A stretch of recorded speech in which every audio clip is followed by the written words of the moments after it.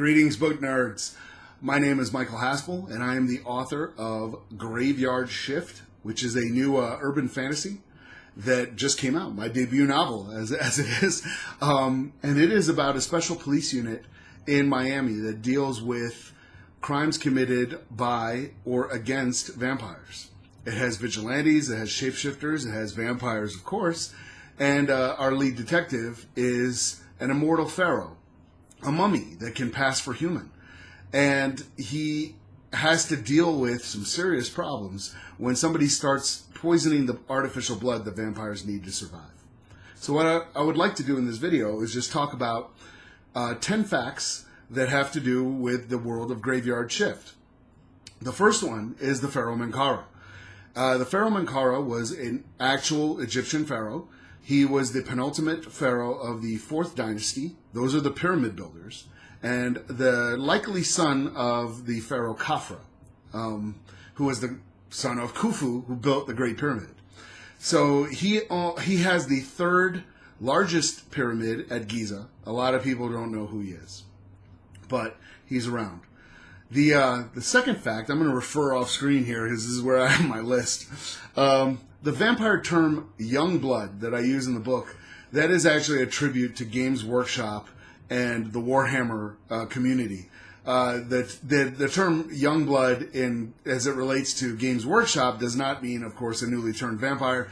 It means a young painter in the painting competitions. So somebody who's not going to compete as an adult, they compete with the other young bloods to see who has the best painted miniatures. The Operation Umbra, the Project Umbra that is referred to in the book, that comes about after World War II to recruit supernatural beings into a covert arm of the United States. That is actually based on a real-life operation called Paperclip, where American operatives recruited German scientists for their technology, for their technical know-how.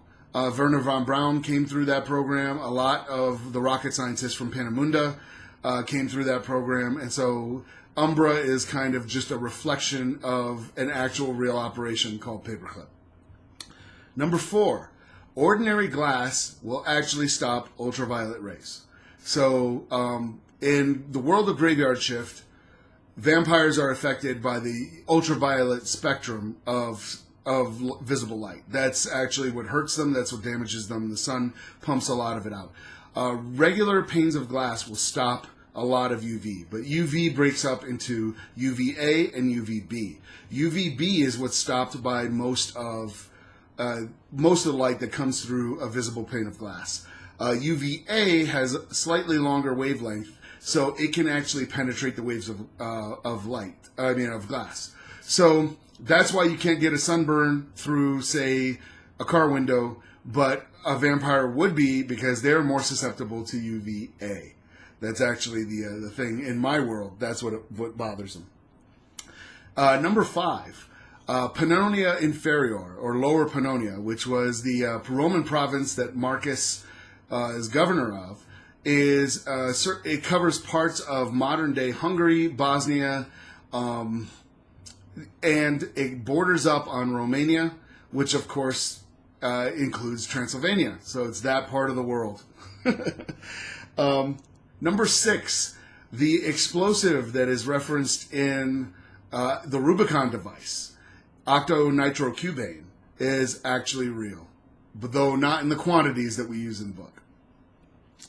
Number 7, at a certain part in the book, Alex and Marcus are reminiscing about the ancient world, and Alex tells an anecdote story about Menkaura's drunkards, a work gang that helped build his pyramid.